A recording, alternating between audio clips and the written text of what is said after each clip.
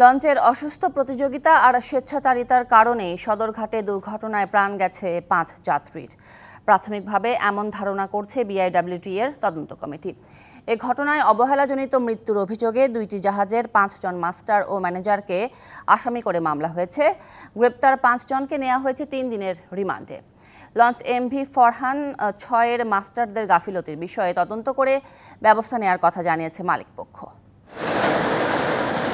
সদরঘাট টার্মিনালে বিভিন্ন সময়ে পাল্লা দিয়ে লঞ্চগুলো ফেরানো হয় ঘাটে। ঈদ মৌসুমে তা বেড়ে যায় কয়েক গুণ।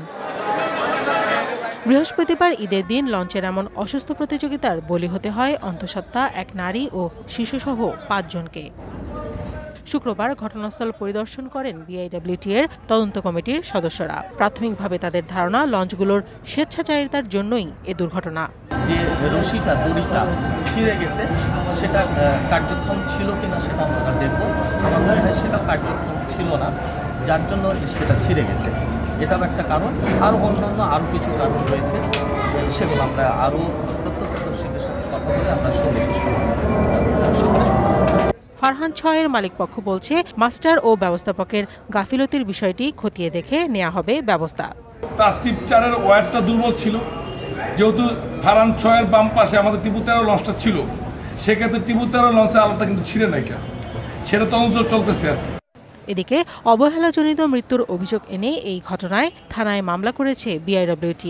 গ্রেপ্তার ৫ আসামিকে নেওয়া হয়েছে ৩ দিনের রিমান্ডে। বিআইডব্লিউটি থেকে ৩ জন সদস্য মিলে একটি কমিটি গঠন করা হয়েছে, তারাও তদন্ত করছে।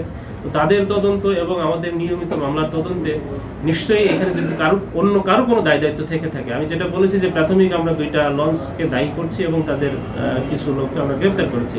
সদরঘাটে লঞ্চের দড়ি ছিঁড়ে নিহত ৫ জনের মরদেহ বৃহস্পতিবার রাতে তাদের স্বজনদের কাছে হস্তান্তর করা হয়েছে।